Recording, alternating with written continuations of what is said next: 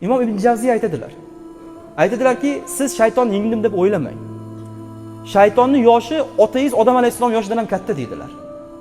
Sizning yoshingiz nari borsa 30-40 da, 50-60 da. Tajribangiz 60 yillik xolos. Shaytonning tajribasi milliard yillik tajribada. Kimga qanaqa kelishi juda yaxshi biladi shayton. O'ylamang, biz tashlab qo'ydik-ku. Tashlab qo'yganni o'zi sirtmoq u. Bitta tortadi. Nima qildik endi internetga biz shunaqa amallarimizni, ibodatlarimizni, ihsonlarimizni Ka'bani oldida, Safo va Marvalarda yurganimizni qo'ysa, ixlos yo'qda, ibodat bor, ixlos yo'qda. Alloh taolo berishga ishonmadi-da. Ko'p aytamiz, nimaga olib keting deyapmiz-da o'sha umrni. Yana takrorlaymiz. Qolgan hamma amallarni aytaveramiz. 500 kilometrdan payonnos olib keladi. Qani ixlos bu joyda?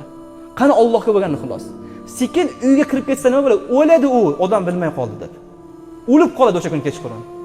Bilish kerak, butun insoniyat bilish kerak. Bitta qilib ko'rsin-da, shayton o'sha joyda vasvasa qilishini ko'rasiz. Bitta shayton keltirayotgan ishga teskari ish qilib ko'ring-da. Ismlar zikr qilinyapti mana masjidlarda. Palonchixonlari kerak emas shu ismlar. Shifo so'rab, ilm talabida nimaga ism qo'shiladi? Jalanglasin biz ismda.